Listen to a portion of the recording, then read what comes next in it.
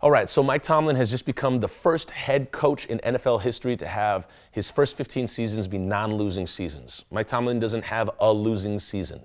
And so, speaking about this coming from Minneapolis, that's quite the task.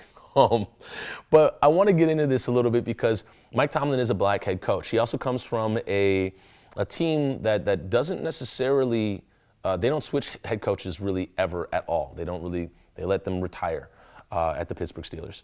And that could have something to do with it, but also I think it's because he is pretty damn good at his job as well. He's really good at his job. And this then begs the question, why aren't more teams hiring black head coaches? If Mike Tomlin is the shining standard, why aren't there more, such as Eric Bieniemy and other assistant coaches that have been very, very good at their job? I mean, Eric Bieniemy, as an example, he's led one of the most prolific offenses in the NFL with the Kansas City Chiefs.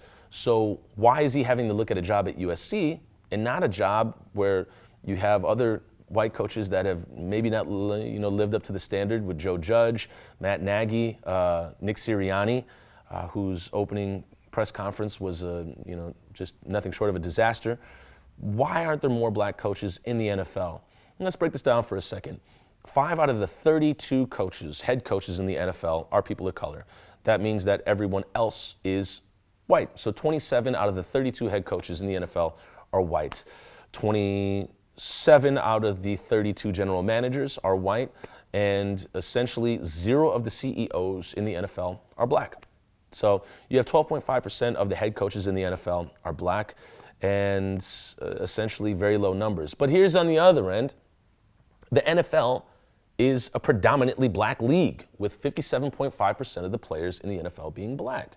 So then it begs the question, you have a predominantly black, like a league that has majority black players, but yet the people in charge are majority, by far and large, not black, or we could just say white. So you have majority owners, majority white ownership, majority white head coaches, majority white general managers, and majority black players. What does that mean to you? What does that say to you to hear those numbers? And then when we look back in the history of the NFL in 2003, the NFL implemented the Rooney Rule, which was essentially to debunk end or phase out discriminatory practices in hiring of head coaches in the NFL. And yet, some say that we're going backwards in the hiring of black head coaches in the NFL. So why do you believe this is happening, and what do you believe this means for the future of the NFL going forward? And even with folks such as Deion Sanders.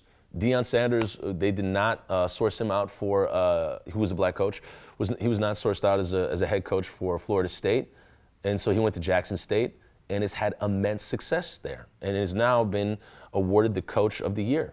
So you see a wave of black coaches going to HBCUs, historically black colleges and universities, because they're not getting a fair shot at historically white universities and colleges. And what do you think the future is for football if that's where things are headed right now? So sound off in the comments below. Thank you so much for watching this video. We'll see you in the next one.